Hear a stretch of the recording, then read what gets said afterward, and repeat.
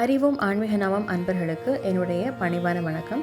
ஸ்ரீ ராமநவமியை முன்னிட்டு ஸ்ரீ நாம ராமாயணம் நம்ம தொடர்ந்து கேட்டுகிட்டே வரோம்.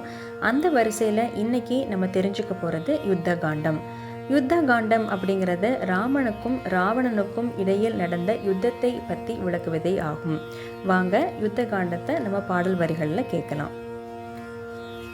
रावण निधन प्रस्थित राम वानर सैन्य समावृत राम शोषित शरिति सार्थित राम विभीषणा भयदायक राम पर्वत सेतु निबंधक राम कुंभकर्ण शिरच्छेदक राम राक्षस संग विमर्तक राम अहिमहि रावण शारण राम संहृत दशमुख रावण राम विधिभव मुख सुर संस्तुत राम कस्तित दशर वीक्षित राम सीता दर्शन मोदित राम अभिषिक्त विभीषण नंदन राम पुष्पकयानारोहण राम भरद्वाजाभिनिषेवण राम भरत प्राणा प्रियकर राम शाघेद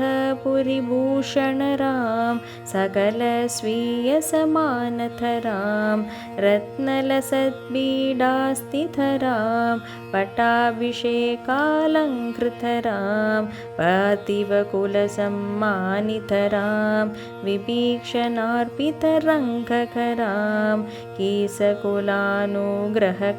राम सहल जीव संरक्षक राम समस्त लोकातारक राम समस्त लोकातारक राम राम राम जय राजा राम राम राम जय सीताराम राम राम जय राजा राम राम राम जय सीताराम.